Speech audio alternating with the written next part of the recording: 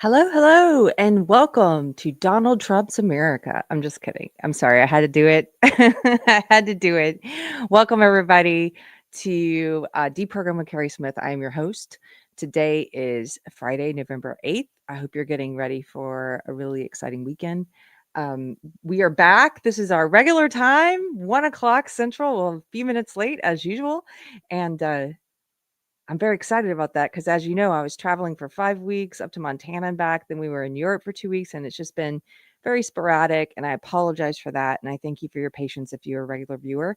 But Deprogrammed is back at the regular time, 1 o'clock Central on Mondays and Fridays live. And then we have our Wednesday shows, Pop Culture and that Christian panel. So, one-ish says Randy. Hey, Randy Wallen. I got to see Randy yesterday. Gave me and my husband a very touching gift. Good to see you, Randy. Um, Good to see you guys. I hope you're feeling good today. I know a lot of people are not. I've seen all the meltdown videos from people on the left, and we're going to talk a little bit about those. But if it's your first time here, this is a show that I do live to try and talk about mostly culture and ideology, to talk about my old belief system, which is most often referred to as woke ideology, but it used to be called social justice ideology. It is a kind of leftism that is not liberal. It's very illiberal, and it has roots in Marxism, but it's based around identity rather than around class. It's based around identity and power, but it is a Marxist belief system. We spent a lot of time talking about that. With the US presidential election, I've been covering politics more than usual, and we're going to cover politics today and some of the fallout of the election. My goal with this channel has always been to help deprogram people who are in that same leftist cult that I was in, to help people when they are waking up, and to try and do so without talking down to them, and to try and do so with compassion, while also having a sense of humor and mocking the powerful elite, mocking the media, mocking the politicians and the corporations who lie to us. So every once in a while, I need to get refocused. And this election's actually helped me to get really refocused, because I think we're in a moment right now. I'll tell you guys in the chat, the regulars, especially if you are people who woke up from the left like I did, you probably recognize that this is very similar to 2016. And there's a lot of hysteria from the left, and there are a lot of people who are feeling fearful and scared, which I know seems crazy to us, but some of these people are just, they're just sociopaths, and they're just making crazy meltdown videos to virtue signal and to get attention. Yes. But there are some people who are legitimately afraid. And I've talked to some of those people. I've talked to parents of some of those people. And I think that you're going to be seeing, like in 2016, a lot of people like myself who started on this long journey of waking up. It's not a fast thing. I think you're going to see that happen. So this is a really cool moment. This is a really important moment, because I think it's another awakening moment. You know, James Lindsay, he talks about woke breaking point moment, or this is one of those moments where I think in a few years, you're going to have people who saying, I woke up after the 2024 election, and I was seeing my side melting down and going crazy, and I was fearful, and I wanted to figure out why Trump won. And I went on this journey, right, of figuring it out. So that's good news. I think that's great. So I want to address a couple of the fears that I've been hearing from the left. We're going to address some of the very unfounded fears, I think unfounded, absurd fears, and some of the ones that maybe they're more realistic. I don't know. We're going to look at some of them. Let's start with this. Hold on.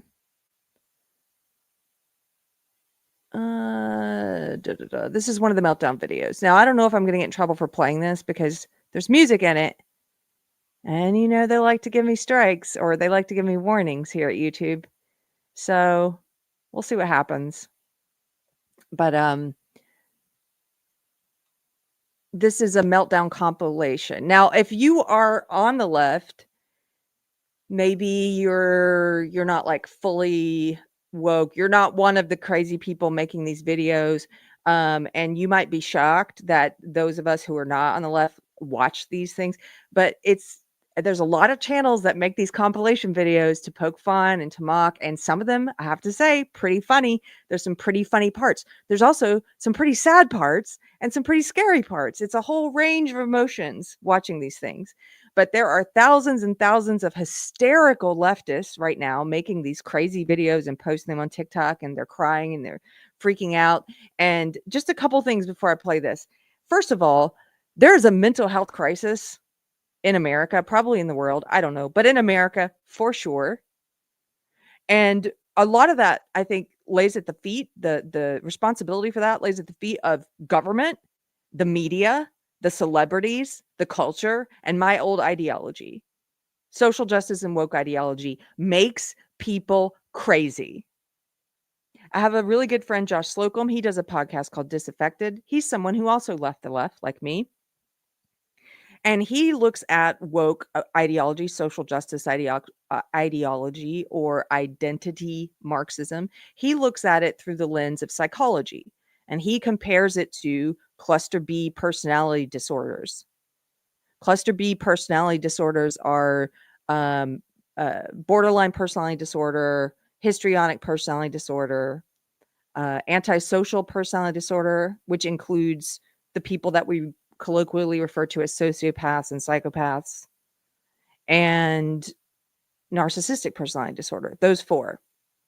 He compares a lot to that, and I think he does so with good reason, because the longer you stay in this ideology, first of all, people who already have one of those disorders are attracted to this belief system. And if you don't have one of those disorders, it might give you some of those traits. The longer you stay in it, the more you pick up these behaviors and these traits. Because this ideology, social justice or woke ideology, it rewards those behaviors, those cluster B personality disorder behaviors.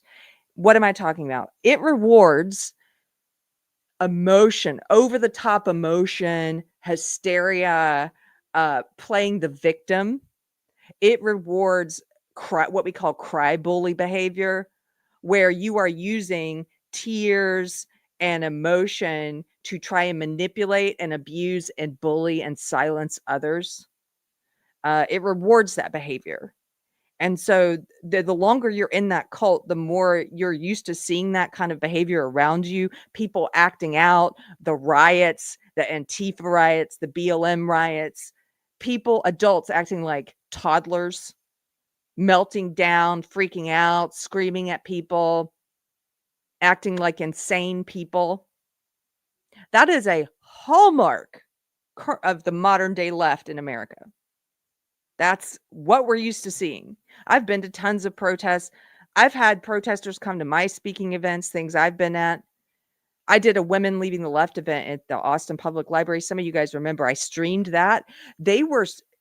All these crazy leftist protesters showed up and were beating on the windows like zombies, screaming and ringing bells and trying to keep us from speaking so that the people who bought tickets couldn't hear us. They were acting like possessed people, like crazy people. And I would argue that they are crazy people, that their belief system has made them sick, mentally sick, or it's made whatever mental sickness they had to begin with worse. Because this belief system is not healthy for your psychology. This belief system is based in resentment, not gratitude. This belief system teaches you to go out into the world like a victim. This belief system teaches you to look around and say, I want what that person has. Why do they have it? Let me blame it on racism or sexism or something else. Let me play victim. Let me play cry bully here. This mentality is very interesting. Jordan Peterson talks a lot about this. He was one of the first people who helped me when I was waking up. This belief system teaches you that instead of starting with yourself and fixing yourself, let me just remove this until we're ready to play it. Instead of starting with yourself, right, and getting your house in order, social justice woke ideology tells you to go out into the streets and try to fix the world first. And Jordan Peterson was right. This is what he was talking about when he said, go home and clean your room. Because a lot of you leftists, a lot of people on the left, I'm going to ask you to be honest with yourself. If you're one of the ones who's very hysterical right now and you're freaking out, is your bed made? Did you make your bed this morning? I'm serious. I'm not trying to shame you. I'm just asking, did you make your bed? Is your house in order? Do you have a clean home? Or do you live like a hoarder? I know a lot of you do. I've met a lot of you. I've been in your homes. I know a lot of you don't have control over yourself. We see you. You don't have control over your emotions. You're emotionally dysregulated, not just as a result of this election. You're like that all the time. You freak out all the time. A lot of you post online constantly about like all the different medications you're on, taking pharmaceuticals like crazy, like you're all over the place. You don't have a control on your anger or your fear. I was in the home of a leftist. This was a few years ago, after I had left Los Angeles, and I was living in Texas, but I was still running my entertainment company. This was before we folded our company, and I had to leave it because the work I had been doing was very woke, and I was leaving woke, and it was at odds.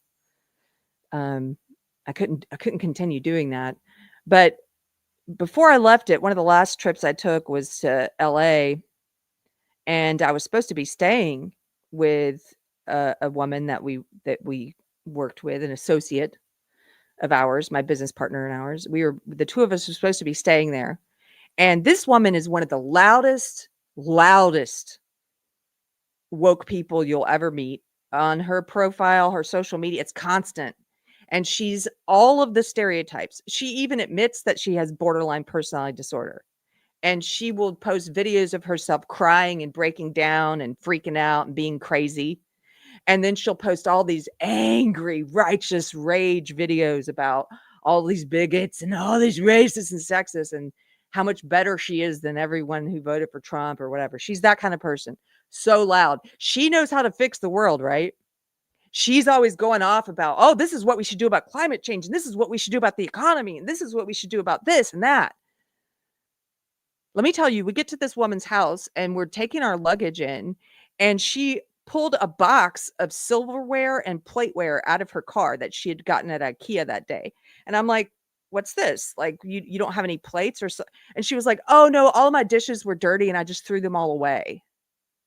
And I was thinking, what, you threw all of your plates and silverware away? I'm like, okay, what are we walking into? We walk into her apartment and it is disgusting. I'm talking about garbage, cat feces, cat hair everywhere.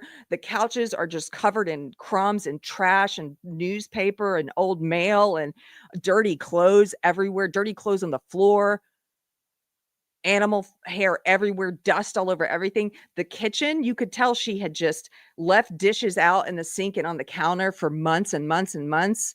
There were rodents. She had just thrown all the dishes away rather than trying to even clean them, because we were coming over to stay with her and she had bought new dishes because that's going to fix everything. The kitchen's still disgusting. I had to go into the bathroom to use the bathroom while I was in her apartment, and I couldn't. The smell, the mold, the just filth. And we were trying to act like this was normal. This is a business. This is an entertainment person. She works in entertainment. She's an educated woman. She's one of the educated white women who, I'm sure she voted for Kamala. I haven't kept up with her lately. I'm sure she voted for Kamala.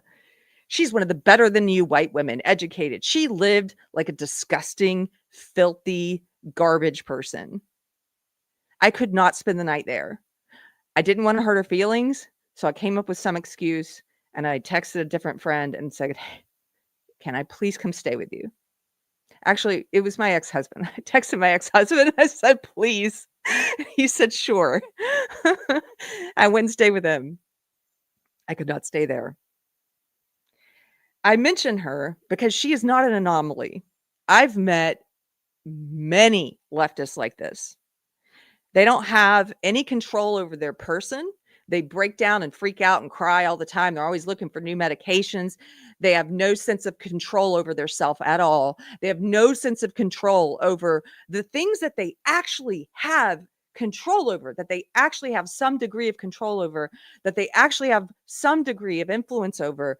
They let it go. They let their bodies go.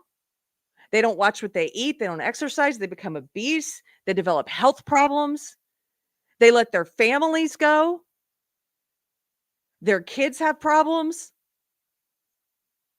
They don't have any, they don't have order over themselves. They don't even make the bed in the morning. But they don't have any order over themselves. Some of them don't shower. And then here's my point. Here's my point. This sphere, you start with the micro, right? You get yourself in order first. Then you get your house in order. These are things you have control over. Then you get your family in order. Then you get your community in order. Then you get your city in order. Then you get your state in order. Then you get your country in order. Then you can help take care of other countries. They do it backwards. They have no control over themselves. They've let everything that's within their sphere of influence go. And yet they try to start the other direction. They go out in the streets with signs telling us what to do. Economic policy, climate change. They're out in the streets with signs like, listen to me. This is what we should do. You can't even make your bed.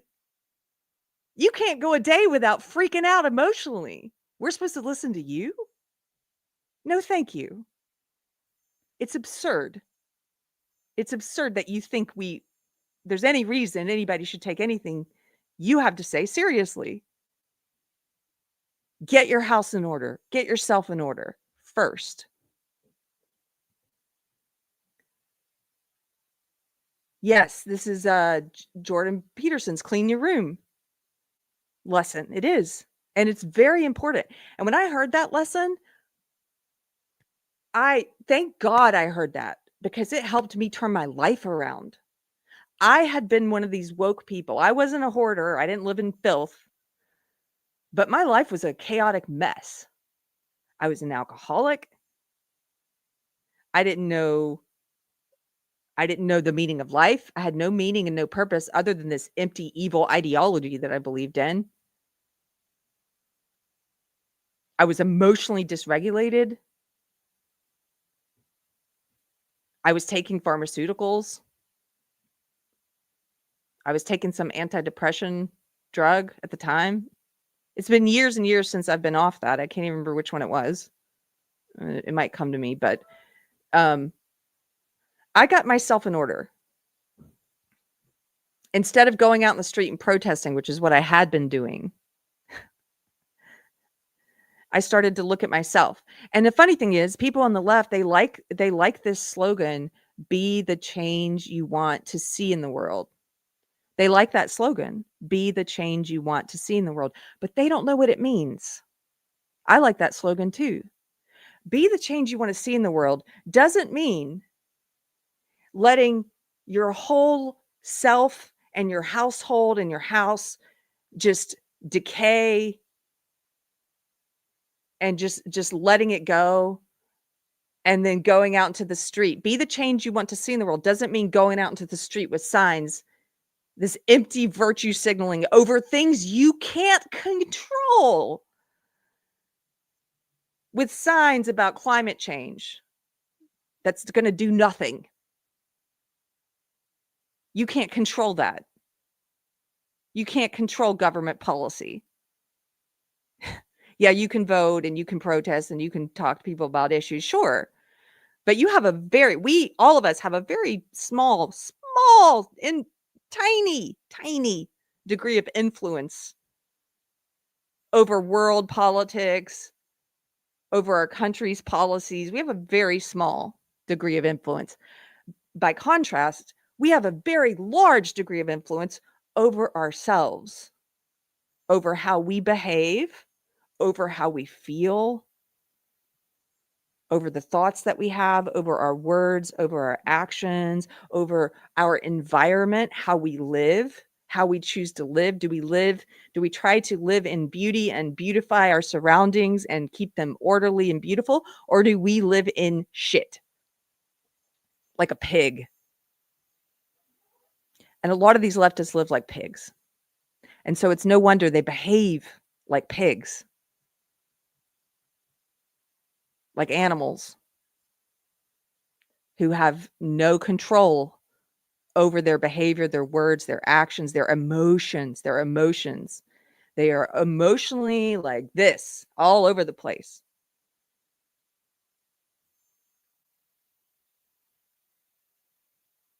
So this is a great, great quote. Thank you, Dion, Queen of Quotes. Dion says, he who controls others may be powerful, but he who has mastered himself is mightier still. Yes. He who has mastered himself. This year, we read Ben Franklin's autobiography. And let me tell you, my husband and I read it. We read it for the Deprogrammed book club. It's great. You should go read it. It's not that long. And in Ben Franklin's autobiography, it's like a diary. And it's basically him trying to figure out how he can improve himself. And he goes through and he does a cataloging of all of his faults and his vices. And he journals about it. And he comes up with this list of 13 vices and 13 virtues. And then he starts working on the virtues of how he can make himself better. You know, one of his vices is ego. He says this is like the hardest vice to work on for probably everyone. He goes through and he does a cataloging, an inventory of self. He humbles himself enough to say, where am I? Where do I have faults? Where can things be better? Not just for, you know, improving myself for the people around me, but improving myself for me so that I'm happier, more confident, and a better person, right? So that book's great. You should go read it. Go read the autobiography of Benjamin Franklin. That somebody in the chat says, let me say this. ADL 1992 for $4.99. Thank you, ADL. ADL says, I confess to having some of those issues. Kudos to you for admitting it. I'm serious. Don't be ashamed to say you have some of those issues. I'm still working on some of those issues. It's a continual process. That's you are so much further ahead, ADL, than the people who think they're the smartest, most moral, most intellectual people, and they are the right ones to tell us how to run society, but they're living in filth. Right? Like who won't admit that they don't have control over the things that we actually do have some sense of control over. So good for you for admitting that, because you can start to take an inventory of those things and figure out how to improve them. Benjamin Franklin went about it in a very mathematical way. He kept a journal and he would seriously, like a mathematician, every day, at the end of the day, he would put little X's. He would identify if he succeeded or failed at practicing these virtues. He would practice one at a time. I think it was for like a month at a time or something, or a week at a time, over and over. And so good for you for admitting it. They don't admit it. They don't think they have any problems, especially if they actually do have a cluster B personality disorder. Those people hardly ever admit that they have one. And now that it's become a part of social justice to have victim points, to be in some marginalized, so-called marginalized or oppressed identity group, now they will sometimes, like the friend I mentioned, the old friend, they will say they have it, and they'll even put it in their bios like she does. I have borderline personality disorder, because they're not trying to get better. They are using it as a badge of oppression. Look at me. I'm in an oppressed class. I have a mental health issue, which is not good for you. It's not good for you to be incentivized to have mental health issues. You should have incentive to get better, not to stay there so that you get victim points. John, Thank you, John, for being a member for 15 months. Wow, deprogrammed. John says, good afternoon, all. Good afternoon to you. And Randy for $5. Thank you, Randy, for supporting my channel. Randy says, narcissism is the root. The more towards malignant on the spectrum, the worse they are. Yes. Fear born of shame triggers them. Impossible to coexist with them. It is. It's hard to coexist with them. Narcissism is it's a problem for all people, but for some people, it's when it's a full-blown disorder, it's like they live in it. It's very different when it's a full-blown disorder. Okay, so I mention all of this because my husband and I were talking this morning over coffee, and we were talking about people who feel so afraid, irrationally, I would argue, afraid. And I think a big part of that is that they feel like they don't have any control now that Trump won. They feel like they have no control. There was a guy in Switzerland who was very rude to my husband, in my opinion. I wasn't there for the conversation. I heard it secondhand. But this guy was freaking out at my husband. He asked him if he was going to vote for Trump and was like begging him not to. He's like, I don't understand how anyone could vote for that man. And my husband was trying to talk to him, and he kept talking over my husband and talking down at him and lecturing him and not listening at all. And so finally, my husband just stopped talking and just let him emotionally sputter out. And he was shaking. You know how they get very emotional? He was trembling. And he was like, I just had to say this to you, you know? And he was, in my opinion, the way I heard it told, I can only imagine he was flailing about emotionally like a woman. It's a joke. It's a little joke. And my husband was a stoic and just kind of sat there and let him do this. And one of his irrational fears was, he was saying, and if Trump gets elected, the climate change and wars and mostly this guy was talking about climate change, and he was saying, and my family here in Switzerland will suffer. And I'm like, what are you talking about? What are you talking about? So a compassionate view of that guy, even though I think he was insulting, but a compassionate view of that man is that he has become so frightened. The media has frightened him so much. Politicians have frightened him so much that he has no control over himself in that moment. He has no control over his emotions or his body and his shaking and his emotionally like spewing at another person. And that's because of his fear and because of the lack of control that he feels. And this brings me to, I think this is an important point. Maybe you will too. As a believer, as a Christian, this is one of the values, I think, of having a belief in God. Bear with me, atheists, please bear with me. Because no matter what happened with this election, okay, if Kamala had won, we thought a lot of this, we have a lot of the same fears that the people on the other side have. You know, from my perspective, from a lot of us in the chat, we are like, if she's a communist with elements of fascism, and if this party, this communist fascist party continues to win, it's worse for the whole world. It's worse for all of America and the whole world. We're going to get into more wars. We didn't get into wars under Trump. We got into wars under the Democrat, under Biden. We're going to get into more wars.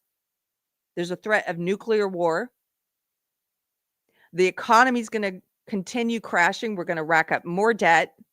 She was talking about throwing out tax dollar $20K for, more money here, more money there, paying off student loans, taking more and more and more of our money. And meanwhile, printing more money so that inflation continues to rise and grocery prices and gas prices are out of this world and nobody can afford to live anymore. because we're moving towards an unsustainable system, a crazy authoritarian dictator-like system, which is what communism and socialism are, and fascism. We don't want any of that. Moving towards that, right? We had all of these fears, and they're going and some of them they're not unfounded. That they're going to continue to limit our freedom of speech and censor us and push propaganda on us and arrest people, start arresting people like they do in the UK for their opinions. And so we had all of these fears. Everything's going to go to shit if she gets elected. And yet, here's the thing. We had those same fears when Biden was elected in 2020.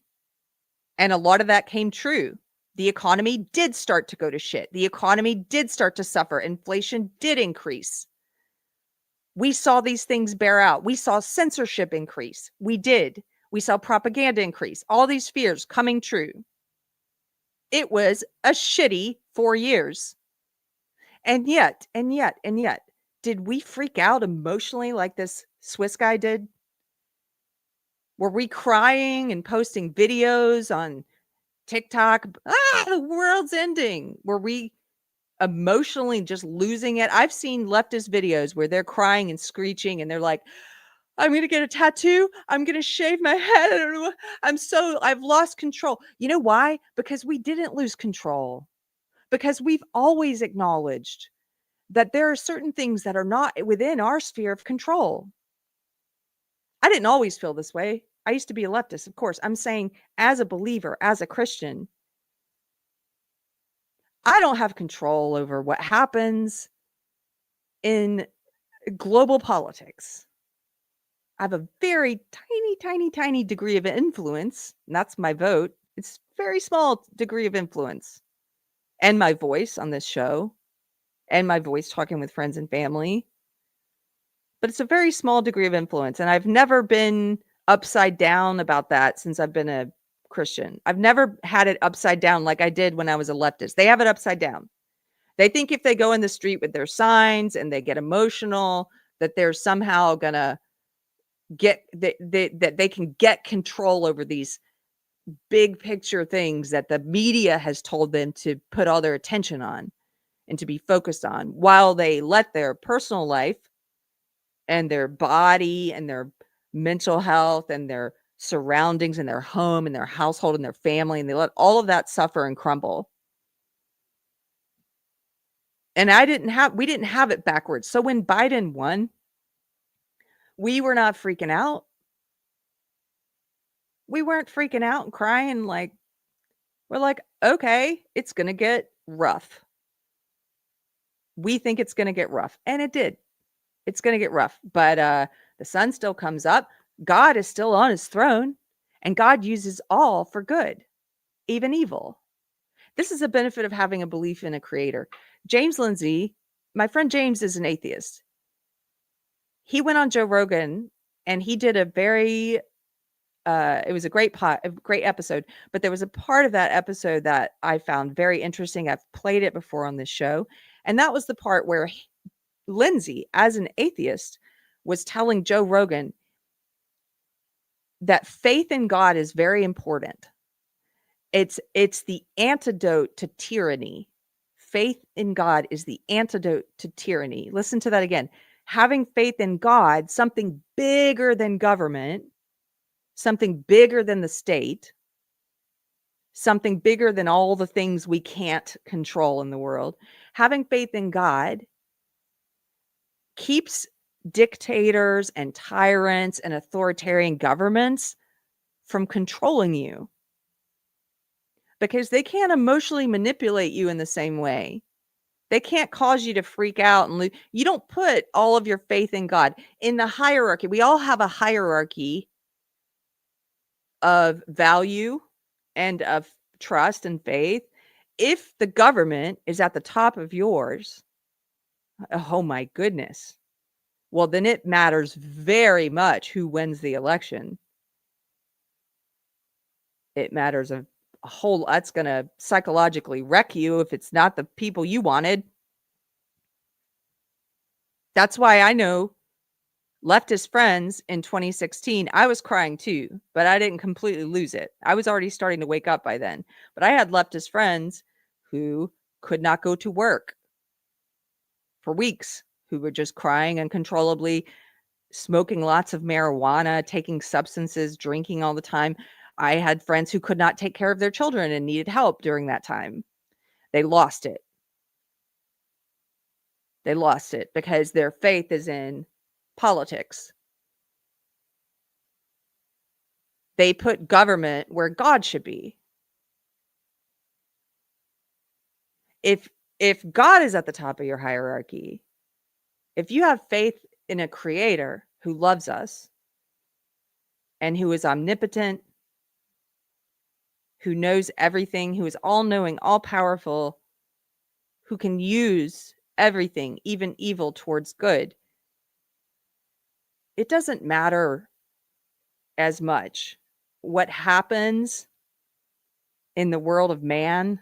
It does matter. Don't get me wrong. We were very upset to live through 4 years of Biden. But I had joy. These have been economically some of the roughest 4 years, but also for me personally, some of the best 4 years in my life. My husband and I got married. We figured out how to buy this old house and start renovating it. We've created so much. We've done so much. Like, we've been working on so much, and his career, his music, his creativity is just growing right now. The friends we've made in the past 4 years, the new friends like Randy, like our church, we found our church family, like just amazing, beautiful things. And through it all, even when Biden was elected, peace, calm. There's a C.S. Lewis quote that says, "Life with God is not life without chaos." I think this is it. It's not life without chaos. It's calm or peace through the chaos. Dion, Queen of Quotes, correct me if I got that wrong. But I love that quote. I think it's actually, life with God is not life without difficulties. It's peace through the difficulties, right? So I say this because when I see some of these leftists who are just emotionally dysregulated and all over the place, and I feel for them because they don't know that peace. Even when you think the worst thing in the world, in this temporal world that we're in, life is short. It's a temporal world.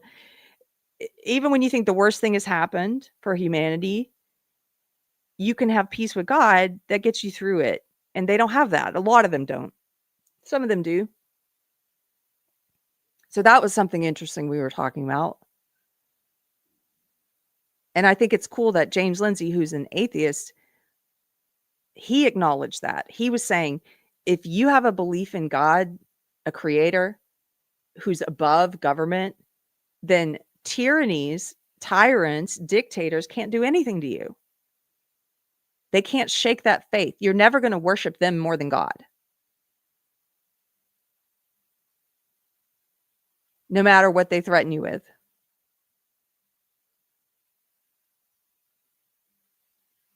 G-Man. Hey, G-Man, for $5. Thank you, G-Man. Says, that man should know that yelling at your husband won't fix anything. The only solution for climate change is to deface priceless works of art. Yeah, by the way, it doesn't help if you do believe that climate change is an existential threat and that our government somehow, that our government should do something about it, okay? If that's what you believe, I will tell you that for those of us who are skeptical, I didn't say we don't believe, I said we're skeptical.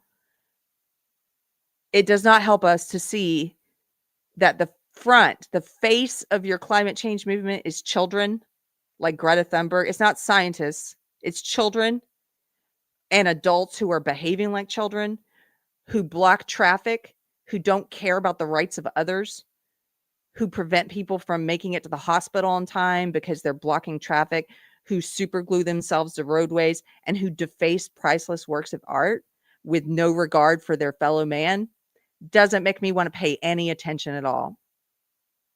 It's petulant toddler behavior. So fix that. If you want people to listen to climate change concerns, tell the petulant children in your movement to shut up and sit down and start behaving in a respectable way. Because we're turned off by that. If I see you throw soup or spray paint or throw oil on the Mona Lisa or a piece of, I don't want to listen to anything you have to say, you arrogant trash. Those children who are doing that stuff are a bad spokesperson for you. Gen X marks the spot. Tracy, thank you for the $5. Tracy says, Hitler closed churches. Yeah, you know who else closed churches? Our government did. Our government closed churches during COVID in some states. My church didn't close. That's when we found our church. We were like, oh, this church is badass. They're like, we're going to meet in a guitar shop. So, but Hitler closed churches, says Tracy. Lenin, Stalin closed churches. Mao closed temples. The left trying to close churches. Yes.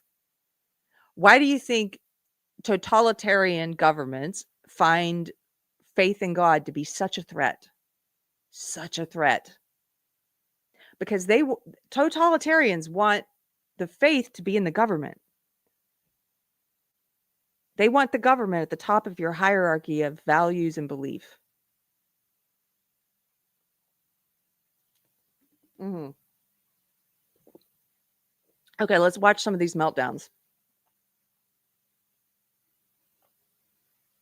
Now I might have to mute it or fast forward to some of the parts if they've got music in it.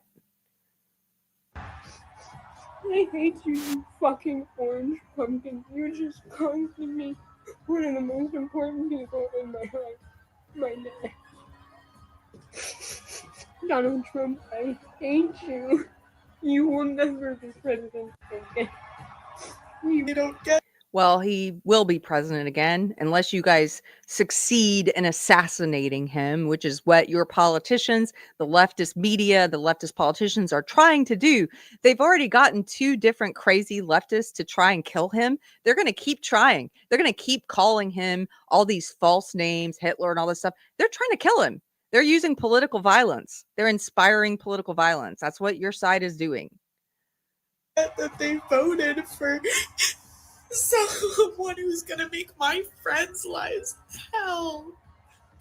My life's okay. I'm a white woman, but my friends are not gonna be okay.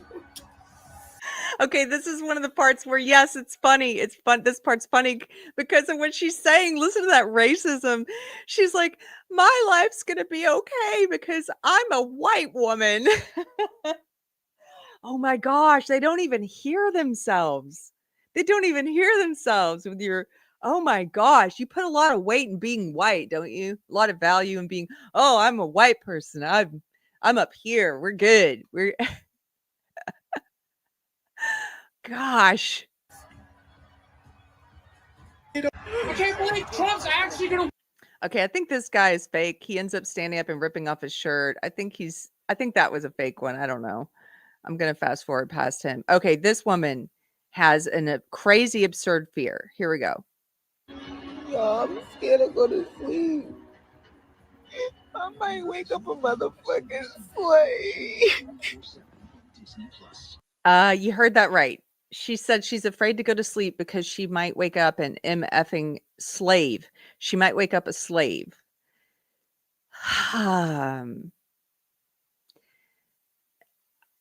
I don't quite know what to say because it's so absurd. I on the one hand, I don't think I should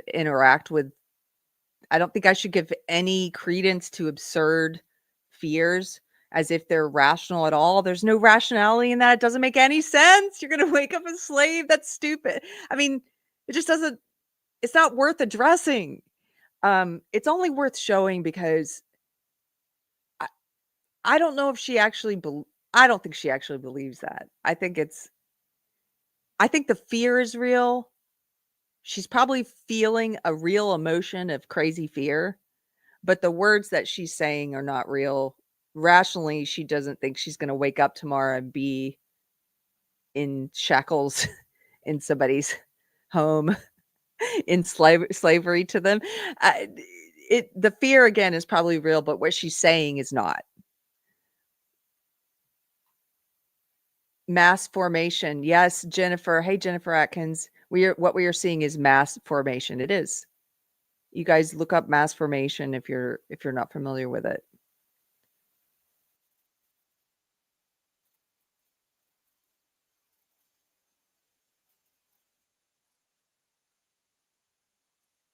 Let me fast forward. I'm going to move past her. This one's kind of funny, but I can't play it because the music. There's a lot of loud music behind it, but it's just him. Just they put it to a sad song in the background. It's just funny the way they're like. But I feel bad for these people who are crying like this. I do, but I also have moments where I find it funny, especially when they edit it with Trump dancing behind. It's so silly. This woman's also like she talking about how she just keeps breaking down and crying, crying, crying. Okay, this woman. Now, this woman looks so familiar to me.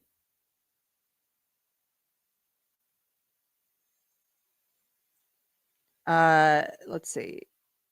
Oh, sorry. I didn't realize it wasn't on the screen. Okay, it's back on the screen now. Okay, this woman looks so familiar to me. And so I wonder if this is even in response to Trump. I actually, if you know in the chat, let me know. I think that they might have taken this clip from a different time and put it in here. Whoever made this compilation, Dissident Media, I guess, because she looks so familiar, and I feel like I've seen this before, but maybe she's had other freak out videos and this is a new one that she did when Trump was elected. I don't know. But either way, what you're about to see is leftist dysregulation of emotions. And I would also argue you're about to see possession.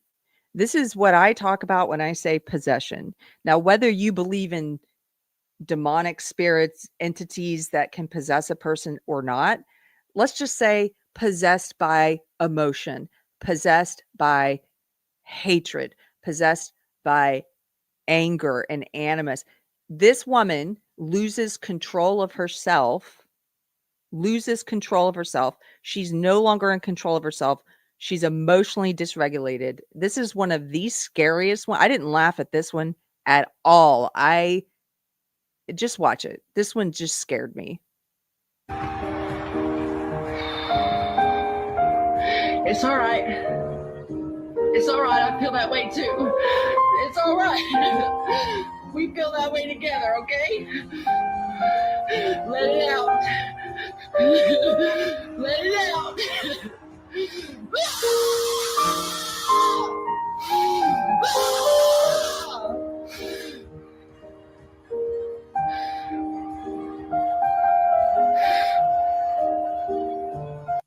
Okay.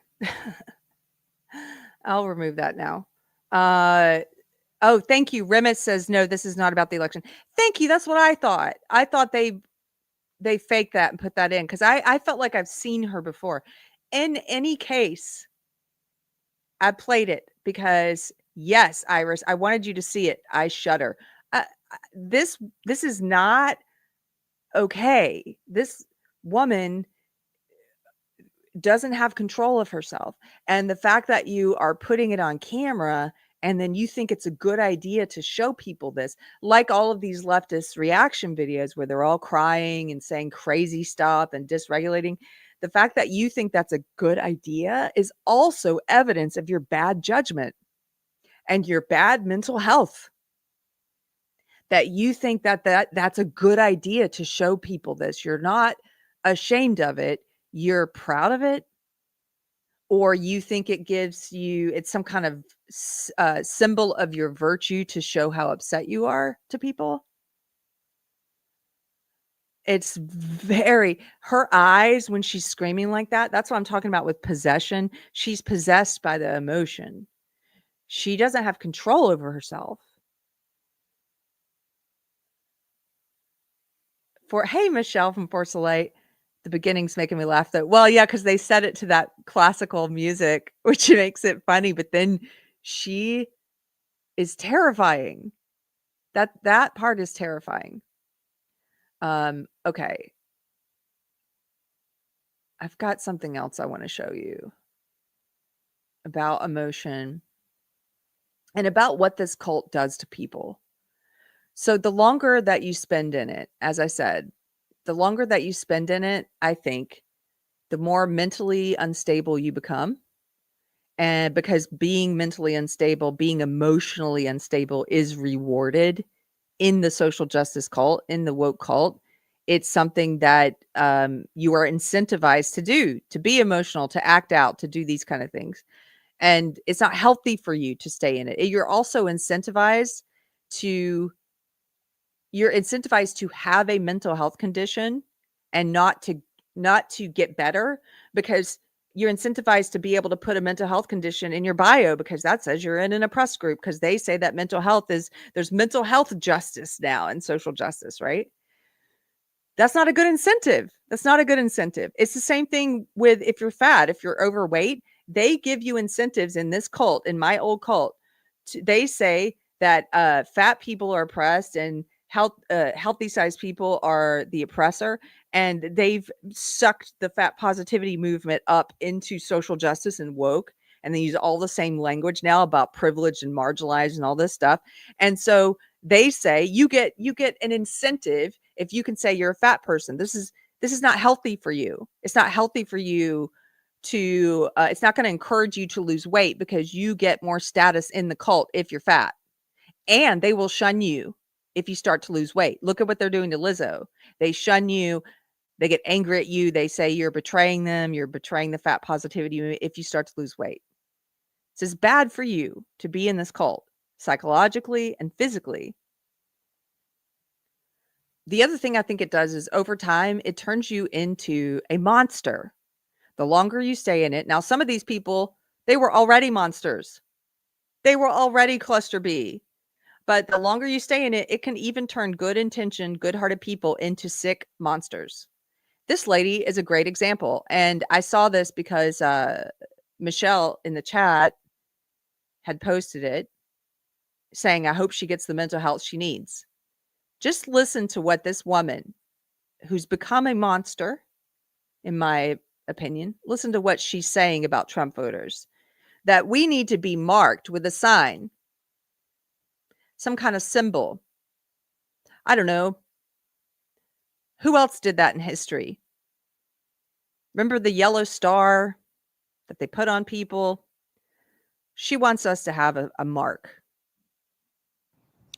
I say we pass a law that requires anyone who voted for that orange piece of shit to wear their Trump hat 24/7. Because conservatives are dangerous for anyone who isn't white, Christian, or male. Completely dangerous. Like dynamite waiting to go off in your hand. So I think we should all get a public service warning. Don't you? Okay. They always have this look. Some of them, they have this crazy look. They have the crazy eyes. Again, I think there's something to be said about possession. They have crazy eyes. A lot of times, aesthetically, they are drawn to certain appearances. A lot of times, they have what Josh Slocum calls the borderline glasses. This lady looks exactly like I would expect her to look. She speaks like I would expect her to speak, and with the same tone and the same smarby smugness. She's so much smarter, more moral, and so much better than the people she's talking about. And look at how she speaks with such disdain about white Christian men. What if white Christian men, they're the punching bag today? You can take all the swipes you want at white Christian men, right? What did they do to this lady? Okay. Anyway, that's a monster. Here's another monster. This is from the comment section from one of my Facebook friends. And I didn't say anything to these people because it's not worth it. I used to jump in and say stuff, and I almost did, and then I was like, nah, not worth it. I'm just going to use it instead as an illustration because I see a lot of this stuff. So here's an illustration. In the comment section on my friend's wall, she's devastated about Trump getting elected, and she started off posting about how sad she was. Okay, and I was hug emoji, feeling with her. That I didn't say anything because I figured it would be taken the wrong way, but I did, heart, like try to do some social media kind of like, I feel for you, right? She's talking about how sad she was the night of and the morning after. How sad, how she doesn't understand, right? Then she did what a lot of them do, which is to immediately move into hatred and wickedness and evil. She did that. All of her posts now are hateful. It's about how all Trump voters are Nazis. They're all bigots. They're all racist. We're all sexist, and we deserve to die. Okay? Hateful, evil stuff. And look at some of these comments. I'm going to read it to you. I blacked out the names because I did them the courtesy of not even exposing who they are. But they would never do me that courtesy, of course. Of course. In fact, they want me dead. They want people like us dead. Here's what they said. The first one says, hoping for a presidential coronary event. Laughing face. Meaning they hope that President Trump has a heart attack. They hope he dies. Next comment from a different person says, well, it would have to be 2 events, a vice presidential one as well. Perhaps Elon Musk too. Heart. They put a little heart there. So this second person says they're hoping not just for Trump to die.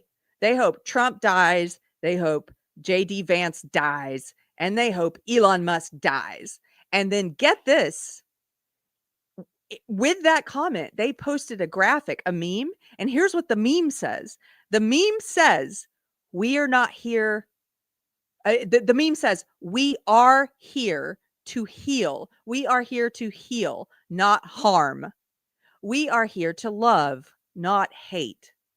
We are here to create, not destroy. I cannot fathom the level of cognitive dissonance required for you to post gleeful death wishes while at the same time posting a meme saying, we love, we don't hate. We heal, we don't harm. We create, we don't destroy. By the way, I hope they all die. Right? That's what this person is. The demon in them coming out. That's it. You don't even know yourself. You're posting, we love, we don't hate. I hope they all die.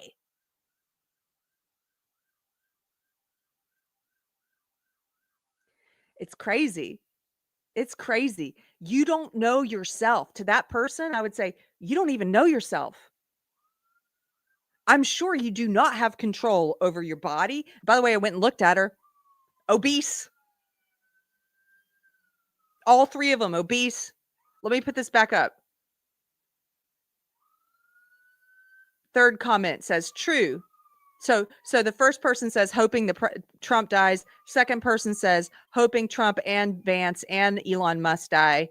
Third comment says, I hope all Republicans die. The third comment says true. Or a strand of COVID that only attacks Republicans. So they wish death on all Republicans. So my question is, I'm not a Republican, but I voted for Trump. Do you want me dead too? And I know the answer is yes, they do. I would like to ask that person, if I gave you a gun and you could kill Trump or Vance or Musk without any repercussions, without anything, without going to jail, would you do it? They probably would say yes. They probably would. If I gave you a gun and you could kill me and everyone who voted for Trump without any repercussions, would you do it? They would probably say yes, and they would probably do it. These people are so sick. Now, I don't know if they started off sick, but they are so sick now. Their ideology is so evil. This comment thread is exactly why I quit voting for the Democrats. One of the reasons, the psychological reason. And it's exactly why I'm glad I didn't vote for you. And it's exactly where they're going to push more people away, because your ideology inspires, it feeds off of this nasty, disgusting, evil, murderous intent. It turns you into people who wish for murder. You are evil. You are the fascists. You are the communists. You are the evil men that you think you're fighting. You have become the monster you fight. It's like the Nietzsche quote: be careful fighting monsters, lest you yourself become a monster. You have become a monster. I have never wished death on my political enemies. I've wished death on someone else. I will admit that.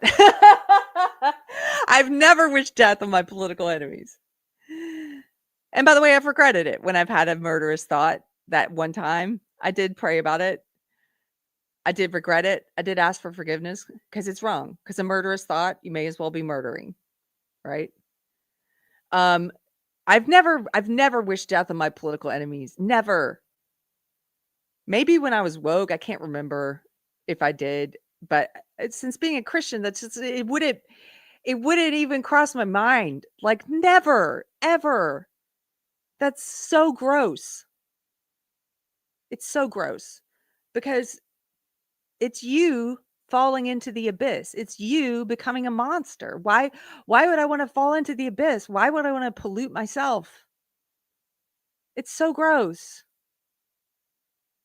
Even when Biden won, I never posted anything like, I hope he dies. I hope everyone who voted for him dies. You have become a monster. Right? And you can't see it. You're so blind to it that you're sharing memes. In your gleeful death wishes, you're sharing memes saying that you are the people who love, not hate, while you're hating. You don't even know yourself. You don't know the darkness and the evil you're capable of. We're all capable of darkness and evil. We all are. We're all human. Alexander Solzhenitsyn's famous line, the line dividing good and evil runs down the heart, the center of the heart of every man. Jordan Peterson talks about this a lot too. He helped me to understand this a lot. Until you understand the evil that you yourself, that I am capable of, until I understand that, I cannot get control over it. Until you acknowledge it and can see it for what it is, and instead of denying it. This person's in absolute denial. I cannot imagine walking around in that level of denial, and also darkness. How dark these people's souls are, that they are wishing death on all Republicans. It's so gross.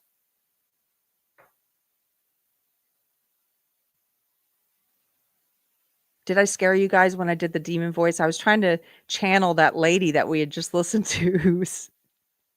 I hope I didn't scare you like she scared me. Whew, man. Yes.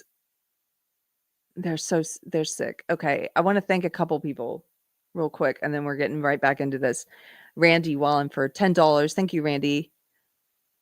Randy says, I have a hard time viewing meltdowns. They are very sick. Yes, they are. They're mentally sick people, and they're emotionally sick, and they're spiritually sick. Their soul is sick. He says, with malice towards none and charity for all, yes, but we need to be vigilant and on guard. Sick people do sick and violent things in office or not. Yes, they do. Sick people like these who are gleefully, publicly, it's not just that they had a murderous thought. It's that they had a murderous thought.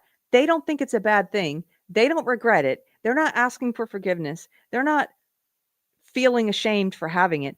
They're not praying for forgiveness. They're actually proud of having a murderous thought, and they're posting it online and sharing it like it's normal. That's the level of sickness. And that's not very many steps removed from actually doing a crazy, sick, murderous thing, like these people who tried to assassinate our former president. That's not very far removed at all. You're way down the monster path now. Way down the monster path. And you don't even see it. That's what makes you more dangerous. They think they're good people. That's what makes them more dangerous. This book, I've mentioned it before. Let's see if I see it. I don't see it behind me, but you should read the book Ordinary Men. It's a book about, it's a historical study of, historical study of during World War II, these reserve police officers, this reserve police battalion that was put in charge. They became one of the death squads that was put in charge of executing Jewish people. And it followed these men. It was a psychological study of them afterwards. And it's called Ordinary Men because these were ordinary men. They were not even police officers. They were reserve police officers. That means that they had real job. They had other jobs, like they were doctors and dentists and bakers and watchmakers and whatever. But they were in the reserve police officer unit, and they got called up and they got put in charge of slowly being asked to do more evil things until they were in charge of mass executions of Jewish people. And this is a study. This book studied them afterwards and tried to figure out the psychology of how you get ordinary men to commit great evil. And it's a fascinating book. You should read it. Jordan Peterson recommends it. That's why I read it, and I'm so glad I did. But in the book, it seems to me that he identifies, it's been a while since I read it, but from what I recall, he identifies a couple different personality types. There are the types who don't want to go along with it, but who, because everyone else is, and because they fear for repercussions, they do go along with it. They care very much about the consequences if they don't. There are very tiny few who rebel completely, from what I remember, or who say, no, I don't want to. The majority of them all take part in it, right? But there's also a small percentage who enjoy it. Isn't that crazy? There's a small percentage who like it. And I would argue that those are the cluster B personality disorders. Those are the narcissists, the sociopaths, the psychopaths. And these women in this screenshot I showed you are very close to becoming like those people, because you can just imagine them. They're sitting here wishing for death, for my death, for your death, for anyone who voted for Trump. If they were given the power and they felt like the responsibility was lifted from them because it was an order and they were told to do it, they would enjoy executing us. They would enjoy putting us on boxcars. Any group that they didn't like. Take any group. It doesn't have to be Trump. It could be any.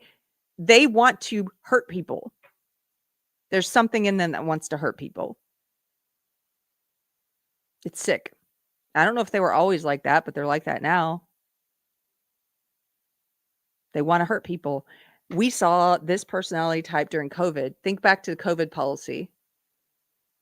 There were a lot of flight attendants who quit because they didn't want to enforce the mask policy, and they were getting tired of having confrontations with passengers and stuff. There were a lot of people who stayed because they enjoyed it.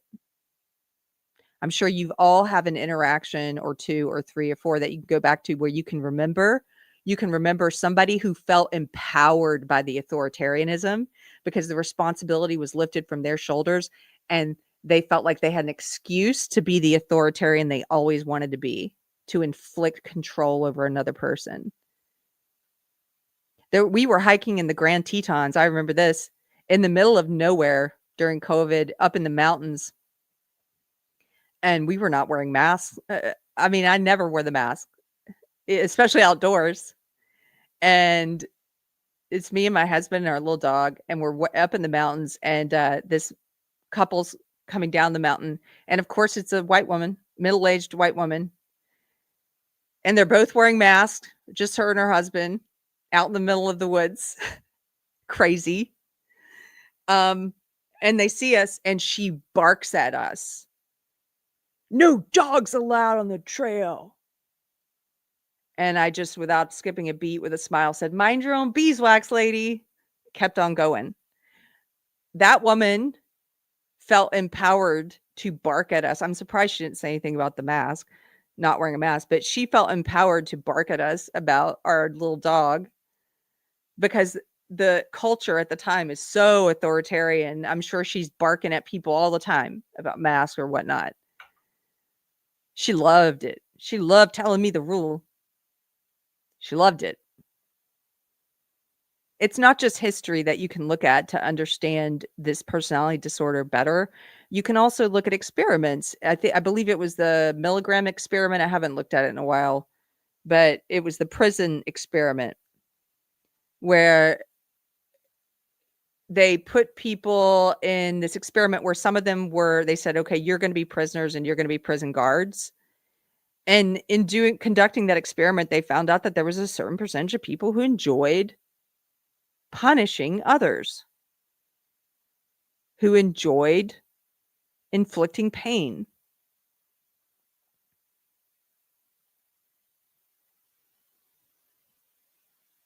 You're seeing some of those people now. Hey, Michelle from Force of Light Entertainment says these people are insane. Love the hat. Oh, thank you, girl. These people are insane. These people are, some of them are just really emotional. The media has stoked all these fears in them. I'm about to get into that part, Project 2025 and all this stuff. And I feel for those people.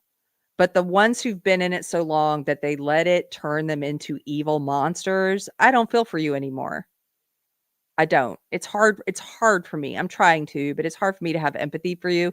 If you've let it turn you into a murderous, evil, hateful monster.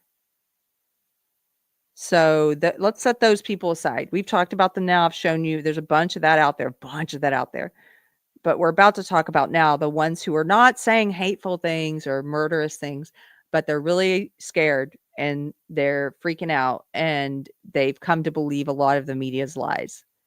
Those people I do have empathy for. I have a lot of empathy for them. I do. Let me just think a couple people and then we're going to talk about that.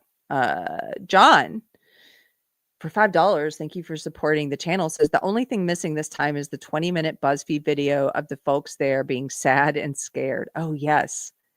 I remember that. Was that the BuzzFeed video in 2016? I remember the Google meeting. Remember when Google had the trauma meeting after Trump won in 2016? Thank you for the super chat. Randy Wallen for $2. Thank you, sir. Says, help, I'm being oppressed. Monty Python. Monty Python, one of my favorite comedies. Albertus Mangus 44 for $9.99 says, I have a plan. Everyone in distress over Trump's win should immediately disconnect and disassociate from all forms of social media. They will no longer suffer and may actually overcome their addiction. Actually, this is true. This is actually true. Thank you for the super chat. My husband and I were talking about this. So we saw someone else who said, and they're very anti-Trump and they're very vocal online and they've been having meltdowns online since Trump won. And finally, this person said, you know what? I'm going to take a step back from politics. I'm not going to read about it anymore or look at it anymore. Not because I'm not interested in it, but because I don't have any control over it. And I'm going to just focus on music and books and, coffee or whatever, things that I enjoy, that I do have control over. And we were talking about, like, that's probably the best thing for you. If you don't have something that gives you a sense of peace when you don't have control over world events. Like if you don't have God, I'm not saying this person does or doesn't, I don't know, but I'm assuming they don't if they are feeling that out of control. I don't know, maybe they do. But anyway, if you don't have that sense of peace and calm during chaos for whatever reason, if you're not okay with not being in control of the world stage, well, then you should probably refocus, get more focused on the things you do have control over. That's what I opened this video with. You should try and take some responsibility for the things that you have a greater degree of influence over. That'll be good for you. And as you start to get control over those things and improve those things, you'll have greater confidence. Maybe you'll be able to return to looking at politics without letting it throw you into this emotional, crazy place if it doesn't go your way. Force of Light Entertainment, Michelle for $4.99 says, how are they going to pass this law when we have the White House, Congress, and Senate? MAGA. Oh, she's talking about the law. That woman saying that we should pass a law so all Trump voters have to identify themselves. Yeah, how are they going to pass? They don't understand how any of this works, Michelle. They don't know. They don't know. Good point. Chuck for $4.99. Thank you, Chuck says, did you see the post where the woman wanted a law that all MAGA have to wear a mark, but we are the nation's socialists? Yes. I'm sorry. You must have said this right before I showed it. Yes. That's the video Michelle's talking about too. They don't get it. They don't even hear themselves. They don't know enough of history, or they don't have enough insight and humility to recognize when they are behaving like the fascists. They don't get it. They're like, you should all have to wear a mark and identify yourself so we know who you are, Jews. I mean, MAGA, right? They don't even hear themselves.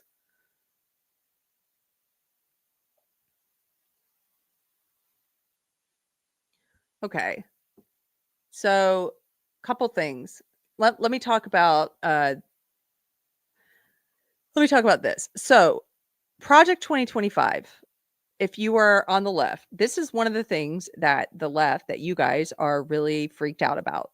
And for good reason, not because it's something to freak out about, not because it's Trump's plan, it's not, but you're rightfully freaked out about it because the media has spent so much time telling you to freak out about it.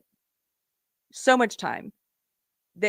They've spent, for whatever reason, this became one of their psyops. They do these psyops, right? Where they just all say the same thing. Kamala and Joy, that was one of them. Remember I did that graphic where it was every single newspaper headline was like mentioning how Kamala has joy. Like they send out the talking points and they all do it. It's like marketing.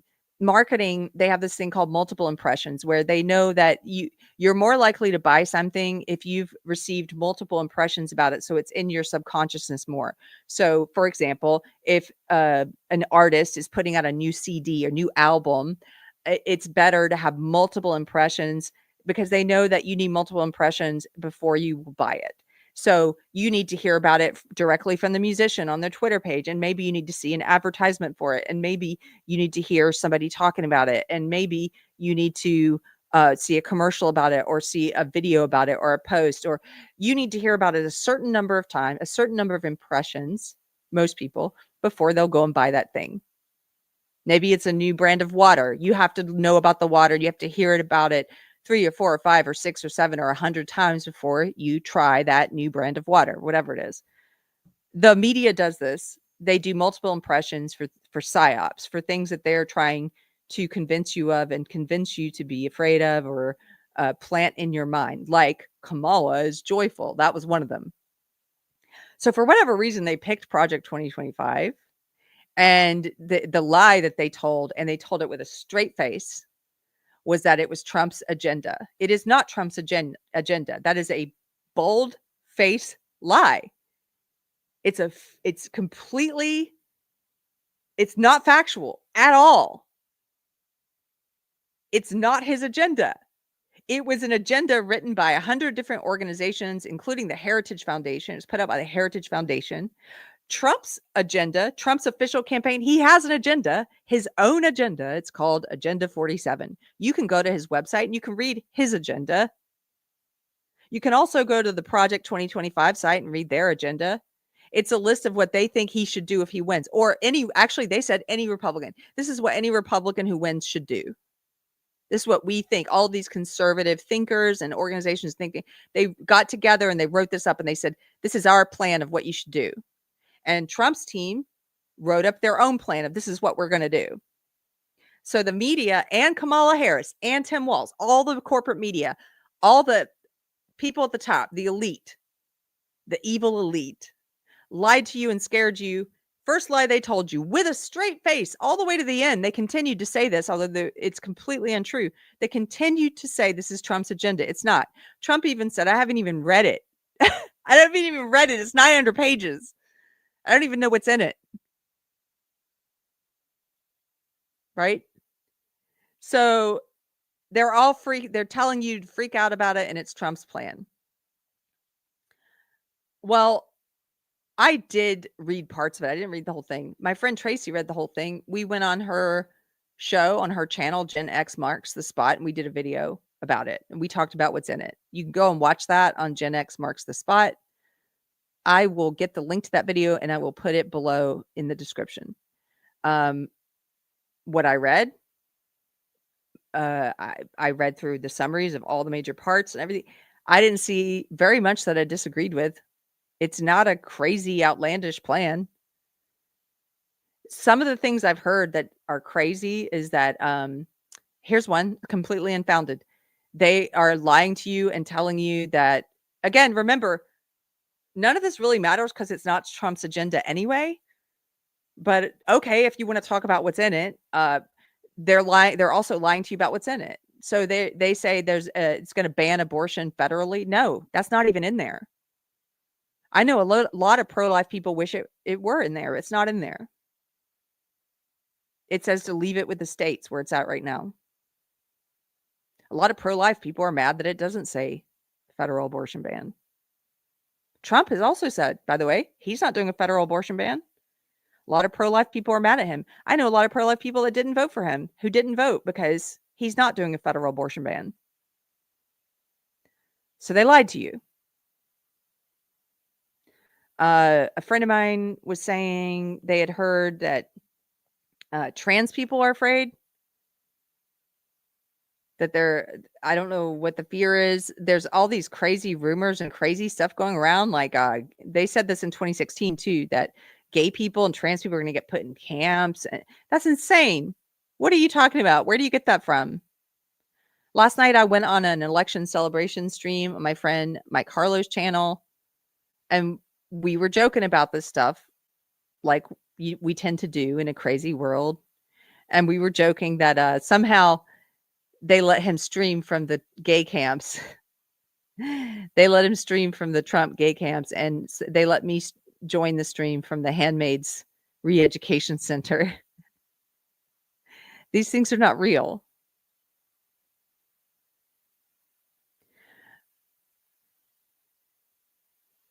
The abortion pill, that is in Project 2025. They think that the abortion pill should be kicked back to the states, just like surgical abortion. That the abortion pill should be decided by the states whether or not you can get a prescription for that. That is in there, that it should go to the states. Russ Williams, Trump's gay internment camps will be fabulous. Okay, so here's one of the reasons a lot of people on the left are freaking out. The media convinced them so much that Project 2025 is something scary and that it's Trump's, which is a lie. That when those of us who know none of that's true are making fun of it after the election, the lefties believed they didn't get the joke. The joke went right over their head because they're so afraid. They didn't even get the sarcasm. They didn't even get that we're making fun of them, kind of gently ribbing them. My friends and I all posted stuff the day after the election and yesterday too about like, okay, now it's Project 2025 time. Like we're kidding. We're making fun of you. Gentle ribbing, like roasting. It's so silly. It's so silly. We're like, okay, now it's time to get out the Handmaid's Tale uniforms, you know? Where's my Handmaid's Tale uniform? I was promised one, right? Like, we're joking. We're making fun of you. It's a gentle ribbing. We're actually, the butt of the joke are the people who lied to you and told you this is some crazy. We're making fun of the elite who told us all to believe this stuff. That's who we're making fun of. So Matt Walsh was one of many, many, many, many, many, many people who made fun of it. And this is his post. He said, now that the election is over, I think we can finally say that, yeah, actually, Project 2025 is the agenda. LOL. He's joking. He's making fun. This is very much like another very popular tweet that came out that said something like, it is my pleasure to inform you that Project 2025 and The Handmaid's Tale are beginning now. You know, something like that. Like, it's all funny. And so, yes, it's sarcasm. Yes, yes, yes. It's a joke. Okay. So then my friend, my beautiful friend was like, oh, well, you know, someone I know was like worried because they said Matt Walsh admitted that Project 2025 is going to be put into effect now. And I had to go look at, I was like, oh my goodness, no, honey. He's kidding. He's kidding. Here's the thing. After he did this, the media, the lying media, I don't think the media didn't, I don't think they were full. I don't think they didn't think it was a joke. I think they knew it was a joke, but they decided to use it for more fear mongering. And so the media published all these headlines with his joke.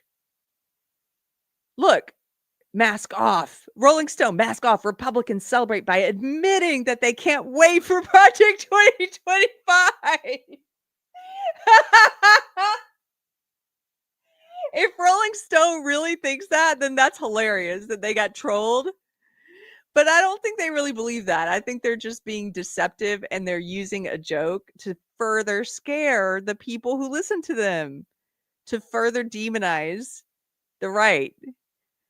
Rolling Stone wasn't the only one. Look, Axios, Trump's MAGA allies gloat that Project 2025 is the agenda. Oh my gosh, we were kidding.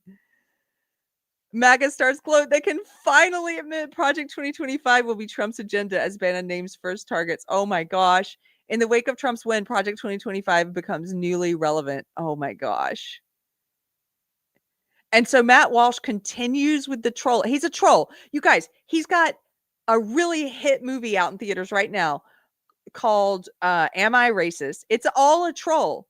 The whole movie is trolling. He does a lot of comedy. He does a lot of trolling. Look at him trolling you. He even created a website. He's continuing to troll. Look at this tweet. He says, the media is publishing entire news articles about this tweet of mine. Some people are mocking them for turning my joke into a breaking news event. He admits there it's a joke. It is a joke. Then he goes, but it's not a joke. Project 2025 is the agenda. I can prove it. I can prove it. All you have to do is go to project2025.com and see. And then you go to project2025.com. And this is this hilarious website that he or someone else created. Look at this. It's like it was made in 2006. And it's featuring a trailer for his ad. It's basically just clever troll marketing for his ad. This is what's beautiful about the internet. It's more mocking. It's more trolling. Look at this. Look at the spinning earth. Welcome to my homepage. Get ready to learn the truth. Make a difference. And it's DEI friends. Make a DEI friends. Look at this. This is project2025.com. He's like, it's not a joke. It is real. Here's the real website. Yes, this was made with GeoCities, the GeoCities page. Oh my gosh. I'm sorry because you guys who the media has scared so much, you cannot enjoy the joke or appreciate it or laugh with us because you don't get it, first of all, and second of all, because you are so scared. You are one of these people who we're kind of taking the piss out of, honestly. Although, again, really the target is the people who scared you. That's who we're taking the piss out of. We're taking the piss out of Rolling Stones and the media and all these people who are like, Project 2025, like it's a boogeyman. We made jokes at Halloween. You may not know this, but we were joking about what's the scariest thing we should dress up as for Halloween. We should dress up as Project 2025. Like, it's humor, because unfortunately they made a boogeyman out of this pretty mild, in my opinion, policy agenda that was written by a third party, that was not written by Trump. It is not his agenda. And they made you guys so fearful over it. And we thought that was kind of funny and crazy how you guys were all like, Project 2025, Project 2025. That's how PSYOPs work. Why do you think you somehow knew about this specific policy agenda? Because you had multiple thousands of impressions of propaganda, billions of dollars of corporate money propaganda telling you to be afraid of it. Anyway, Matt Walsh was joking, and I'm sorry that it scared you. I am. Arla Mendoza, thank you for supporting Deprogrammed. Arlen for $4.99. Thank you, Arla Mendoza. Albertus Magnus 44 for $1.99. Thank you, Albertus. Says propaganda works, or they would not use it. It absolutely does work. It works on a lot of people. Albertus Magnus 44 also for $9.99. Thank you, sir, for your generosity. Says, after a vice presidential debate, every news channel interviewed people who said the same thing. Bush was, quote, condescending. It was a setup to influence the viewers to believe what they did not see. This was in 1984. Wow. See, you're probably more like my friend Randy. I get the impression have you been a conservative all your life? Because it seems like you might be. And you probably have a different perspective on things than I do. And that's good for me. I need to hear perspectives like this to help broaden my view of things and for me to be able to do self-correction on my view. Because a lot of this stuff, when I started waking up, I was thinking, oh, this is all new. But it's not all new. I'm learning that.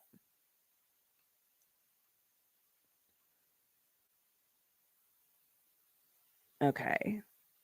Let me get to, I saw a question here. Where is it? Squat and Peace says, I have a friend, a Native American, who's worried about Donald Trump going after their land. Why do you think they would worry about that? I don't know. I think it's probably for similar reasons that Black people, like that woman that was saying, I'm going to wake up a slave. And all these women are on the internet freaking out and talking about how they don't have any rights anymore. And they're afraid they're not going to have any rights. Like, they have spent a lot of money and a lot of energy trying to scare anybody who's in a so-called marginalized identity group and to falsely convince you that Donald Trump is your enemy and that he hates you. And the thing is, that's not working as well as it used to. It's not working as well as it used to. He got gains in every single demographic group. He got more of the women's vote than he did last time. He got more of the gay vote than he did last time. He got more of the Black vote than he did last time. He got more of the Latino vote than he did last time. And I haven't seen any reports on the trans vote, but I guarantee you got more of the trans vote than he did last time too. So I think that's probably more of the same, where they've just convinced anybody or tried to convince anybody who's in a so-called marginalized group that, Donald Trump is your like enemy number one and out to get you and specifically hurt you. All these women, that's the most embarrassing because I am a woman. I'm like, oh my goodness. All these women out here doing videos about how we don't have rights anymore. Christina Applegate, she was one of the celebrities who lost it. Christina Applegate was tweeting stuff about how her daughter was terrified now because she doesn't have rights anymore. What? And to that, I say, first of all, you're a bad parent. You're a bad parent, because I don't care if you're one of these people like Christina Applegate, let's say, really does believe all the scare tactics and she fell for it and the media has really scared her, and I feel bad for her. Okay. But even if that's the case, remember what I said at the beginning about having control and responsibility over yourself and your home and your household. As a parent, your responsibility is to protect your children. And one of the things you protect them from is your own hysteria. Okay. And if your child is terrified because Donald Trump was voted in, you're a bad parent. You did something wrong.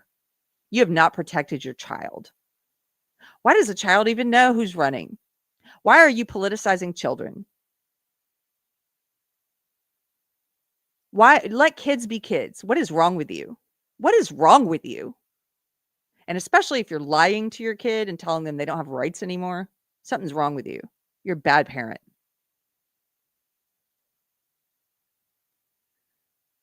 So she was one of the ones saying, you know, my kids aren't going to have rights anymore. Women aren't going to have rights anymore.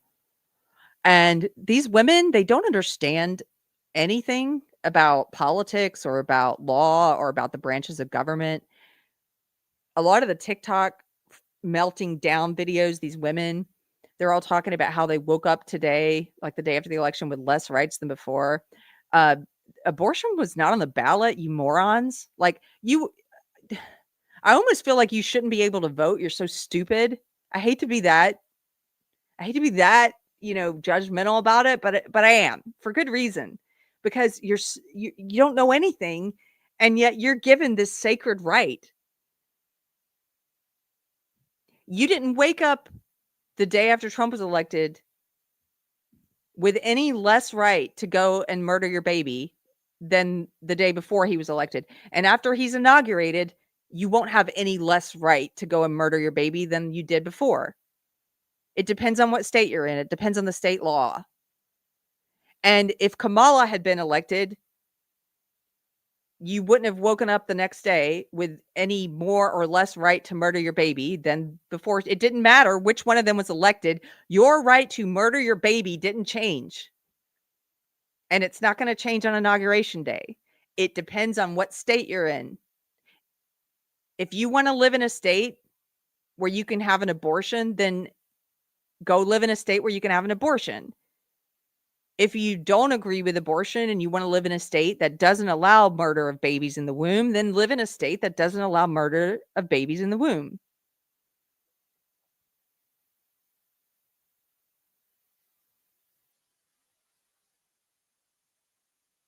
They don't understand anything. And they've bought into this crazy hyperbolic fear. My rights as a woman changed. It's hysterical. Yes, Hermit Rob, it's now a state issue. Yes.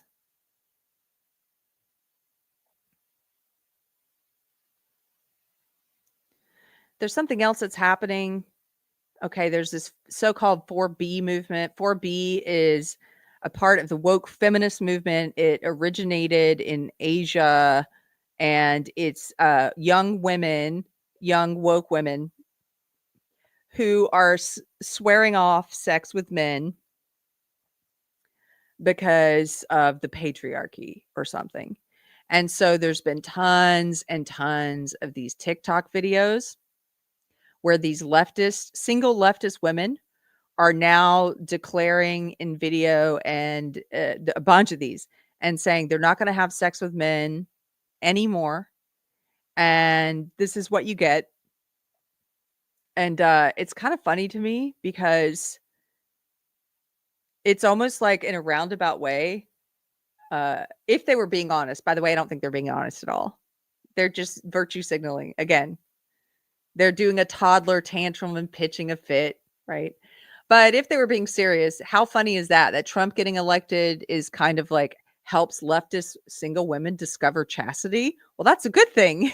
That's a good thing. You're not being sluts anymore. I guess Donald Trump is so powerful.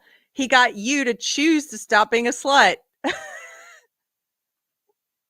That's amazing, right? They're like, I'm going to stop being a slut. Just you wait. And we're like, okay. And the men that voted for Trump are not trying to have sex with you anyway. Most of them are married, and the ones who are single are not looking to date women like you. They're looking for chaste, upright, moral, sane, intellectual women. Many of them have probably had an experience dating a crazy woman like you, and they don't want to fall into that trap again. There's an expression, don't put your D in crazy. Your private parts, don't put your private parts in crazy woman. I know a lot of guys who've had that experience, a lot of people in general who've dated a crazy person. So congratulations, you are taking your crazy ass off the dating market. So that's one less crazy person they might accidentally date. It's also weird because they're saying they're not going to have sex with men, right? These leftist women, which I think means that Trump somehow caused, if they were being honest, which they're not, but that Trump somehow brought about an end to abortion by choice. They just he's that powerful. Okay, great. So there's going to be fewer abortions now because you guys are going to stop sleeping around and being loose women. Again, we don't get it. Like, is this protest supposed to hurt Trump voters? It's not. It's good for society. It's good for you and everyone that you take your crazy self out of the gene pool and you have fewer abortions.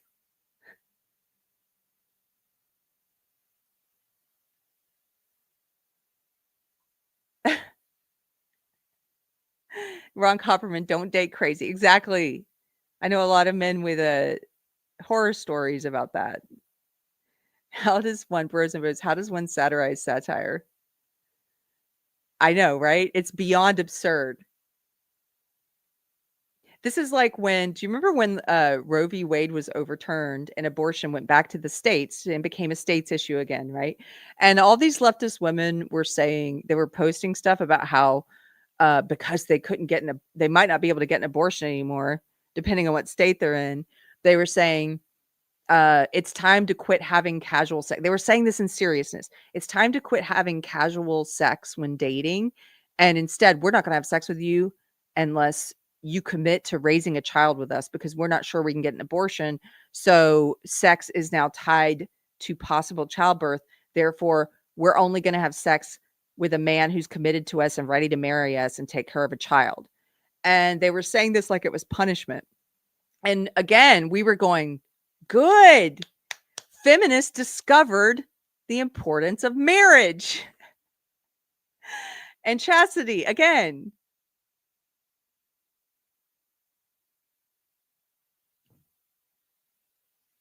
This is what marriage used to mean.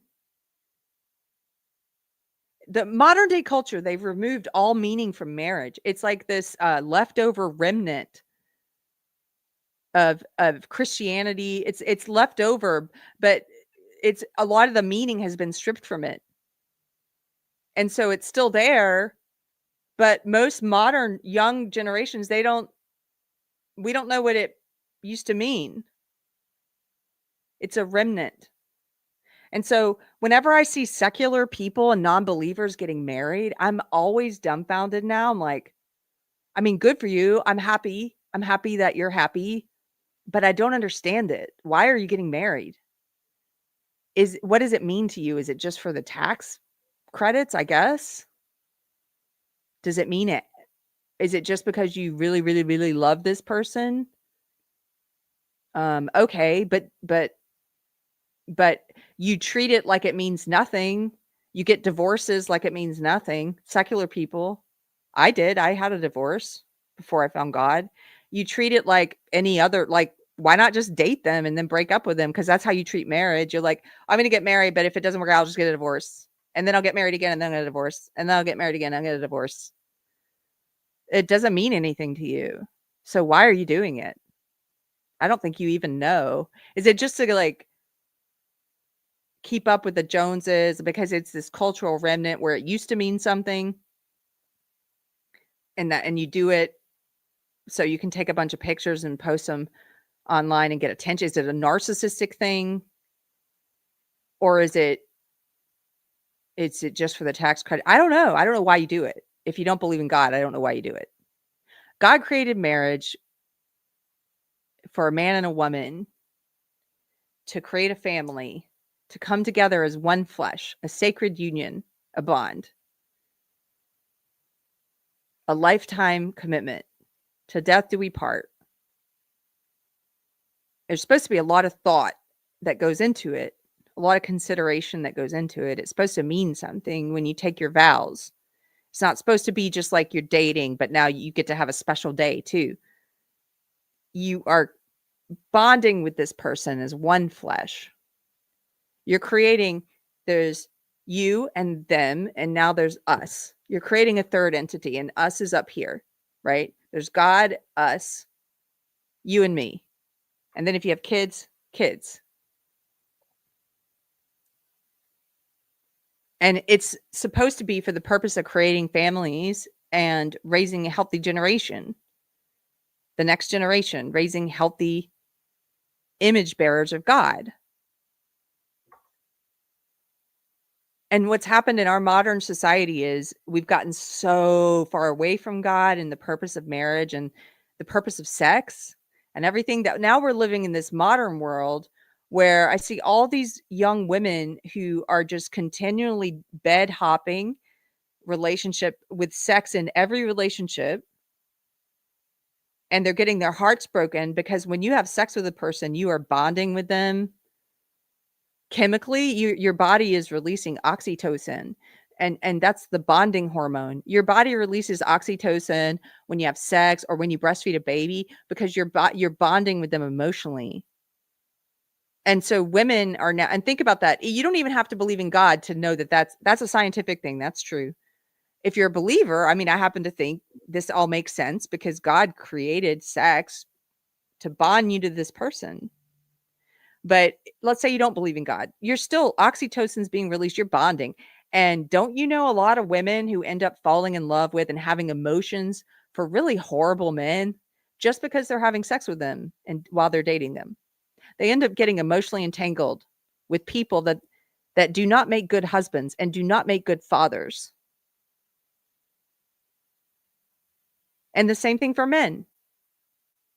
And so modern culture, it's like we've gotten to this point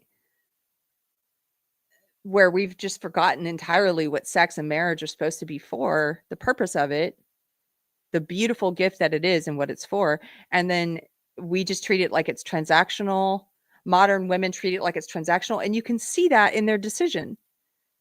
They're saying, transactionally, we're going to stop having sex with you now. Okay.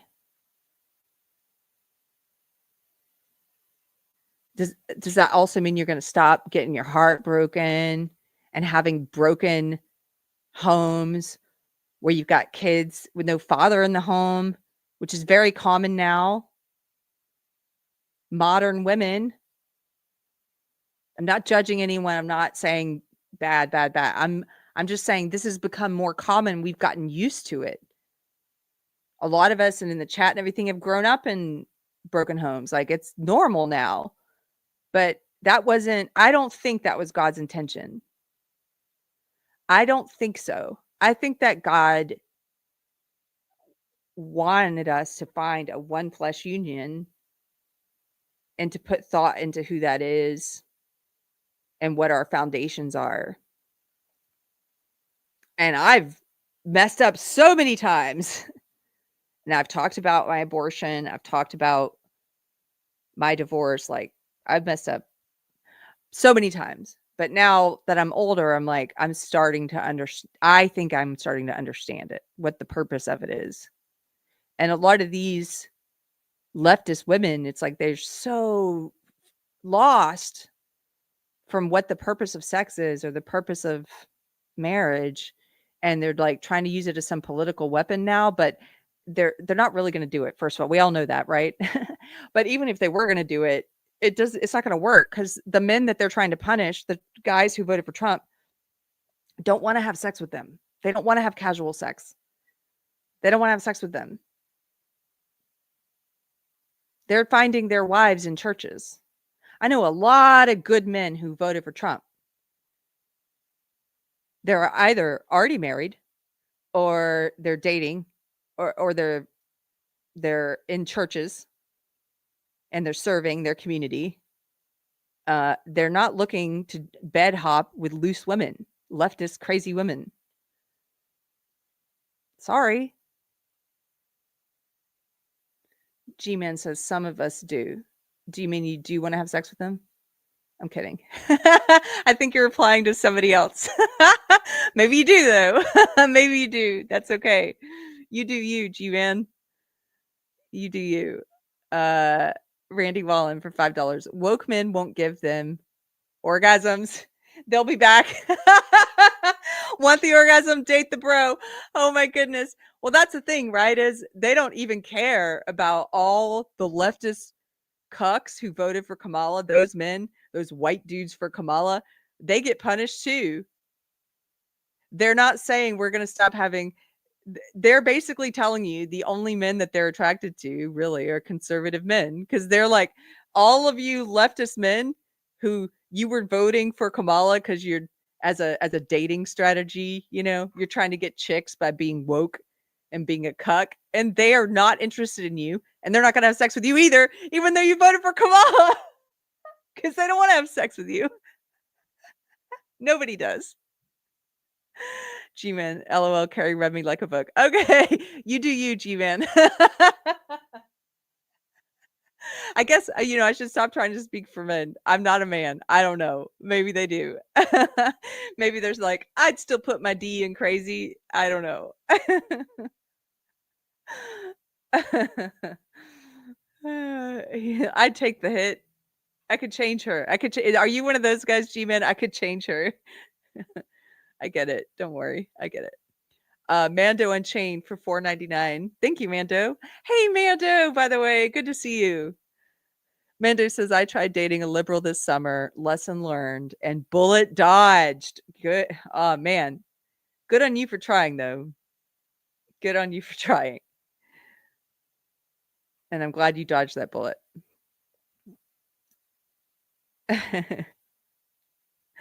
Okay. I kind of got a tangent there at the end, just kind of rambling a little bit about sex and marriage. I'm sorry, but I think about this a lot because I think that the way that I think that young women and young men, but especially young women, are just done this disservice by our current culture. I was done this disservice, and I'm Gen X, so I know that younger people are, but the current culture is just like, you know, teaching women to go out and have, you know, it's cool, self-empowerment, go and sleep with lots of men and I don't know very many women for whom it has worked out to do that. It didn't work out for me. It leaves a lot of heartbreak, a lot of misery. It leads abortion, broken homes. Like it's going around and being promiscuous and stuff. It leads to a lot of STDs. It's like all kinds of sob stories and heartbreak. And look at all the popular female singers today. They're all singing about how they want something more than a situationship. They're all singing about how they want something real and meaningful. Well, honey, you're not going to find something real and meaningful if you just like open your legs to every single guy that you date. Like, plus that's going to cause you to develop feelings for people because you're bonding with them. Maybe, try and save the bonding until you know this person would make a good spouse or a good dad. And we agree on all these foundational things like belief system. It doesn't matter as much, honestly, if you have, let's say you're a young woman, you're listening to this. It doesn't matter as much if you have all these small things in common, like we like the same TV shows and we like the same music and we like, you know, we both like this hobby, we both like hiking or whatever it is. That's great.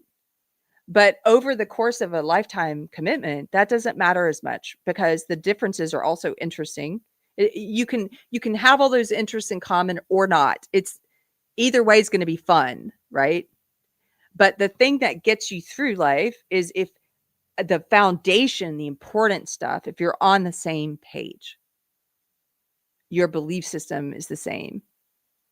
You have the same values, right? You have the same, I talked about that hierarchy. If you have the same thing at the top, God, or in your case, whatever is at the top of your hierarchy, I think you're going to do best if you have God. Of course, I would think that, but get rid of that for a second. Let's say, well, I don't know, whatever's at the top of your hierarchy. Let's say it's government, I guess. I don't know, but you want to make sure they have the same at the top of theirs. Let's say it's your woke ideology. Let's say I'm talking to a woke person and it's your politics, okay? Let's say you have your politics at the top. Then obviously you're going to want them to have the same. The most important thing to be the same, the foundation of your house of life that you're building together. Because when you hit hard times, just like during this election, chaotic times, right? And a lot of people are scared and terrified. When we humans go through chaos and difficulty, then we dig down deep to what's at the foundation to pick us up and to save us. And what do we really believe in? What's really important? What's really meaningful? And in a marriage, you want those things to be the same, because when you have troubles, you got to go to something shared that you share that's foundational to help you overcome those struggles together, whatever problems you're having, right? This is what I think. This is what I think through lots of failures, okay? I'm not some high and mighty. I am a sinner. I have made very bad choices, like a lot of humans. But we also all have a choice to learn from those bad decisions or not. To learn and to adapt and change our behaviors or not, or keep making the same failures over and over, right? We can try and find meaning and purpose and things that matter and last through eternity, or we can just keep living in the temporal and just doing the same habits and behaviors that have caused us heartbreak before and have caused us to feel insecure before, Okay, that's enough rambling for today. I think I'm just in a, I don't know. I'm still a little bit jet lagged, but that's not entirely an excuse. I think I'm just in a big picture mode today of thinking about things. I don't know how you guys are feeling, but I'm going to start looking more closely at the stuff going on. I know Trump's already picked a chief of staff. I think it is. And there's some, Cernovich is one of my favorite political follows. If you want a recommendation on X, I like following him. And I want to keep an eye on who he's appointing to all these different roles, because I'm very interested to see what's coming. Okay. Let's see. Mando says this week had been like Christmas and it's only been 3 days. I know, right? It's weird. Had a lot of adrenaline. There's a lot of celebrating to do. Like I said last night, I got to hang out on a celebration stream with Mike Harlow. Tracy from Gen X Marks the Spot was there. It was fun. Let me show you these too. I found these at my, well, it used to be my friend's shop, but she sold it. So I don't know who owns it now. But I went to this shop and they had these hilarious handmade Trump earrings. Handmade by a handmaid. The Handmaid's Tale. Look at this beaded Trump earring. It's a little Trump. It says Trump under. And then on this side, it says fight. I just thought they were so over the top and funny, just like he is, just over the top, ridiculous. I said, I'm definitely going to wear those for fun. So that was fun. Got to go to a show with my husband last night. That was also fun. I hope you guys have a good weekend, whatever it is you choose to do. I'm going to be working this weekend, and My husband's working this weekend too. We usually work weekends. I will be at church on Sunday, which I'm excited about, and hopefully going to get some gardening in. So have a good day. Have a good weekend, whatever it is that you're doing. And I'll see you guys on Monday at our regular time at 1 o'clock Central. If you like this video, share it with someone. Thanks so much. Bye.